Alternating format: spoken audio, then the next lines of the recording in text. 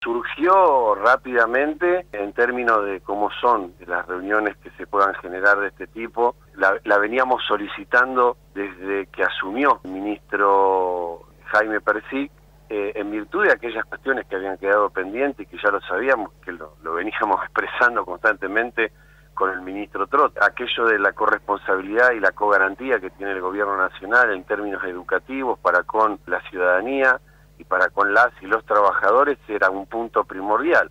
De lo primero que hizo el ministro de Educación fue escuchar lo que le expresamos junto con Marcela de la situación. En principio te lo digo para que no haya ningún mito en particular. Lo primero que planteamos es la situación salarial que tenemos las y los trabajadores de educación y algo que nunca se termina de resolver. Y entenderlo en términos de qué nos fue pasando, no solamente aquello que les ha sucedido a toda la República Argentina y al mundo que ha sido la pandemia, sino la característica que transcurrió antes de la pandemia, durante la pandemia y en este año. Se nos escuchó, se nos respondió, a diferencia de, y esto sí te lo marco como una diferencia que creo que para nosotros es vital, la resolución que entiende que tiene que darse, el ministro Persic entiende que es desde el Ministerio de Educación de la Nación.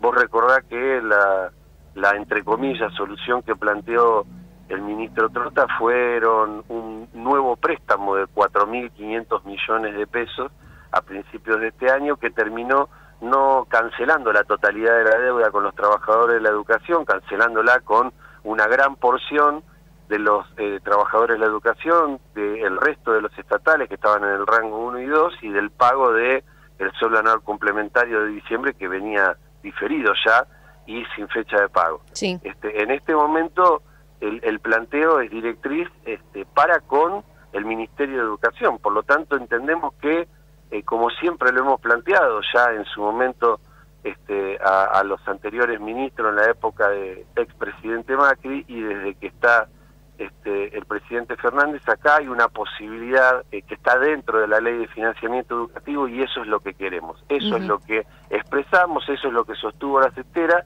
y a diferencia de los ministros que hasta ahora nos habían atendido, Persic es el primero en no solamente comprender, sino decir que en esos fondos está la posibilidad de resolver el conflicto en la provincia de Chubut.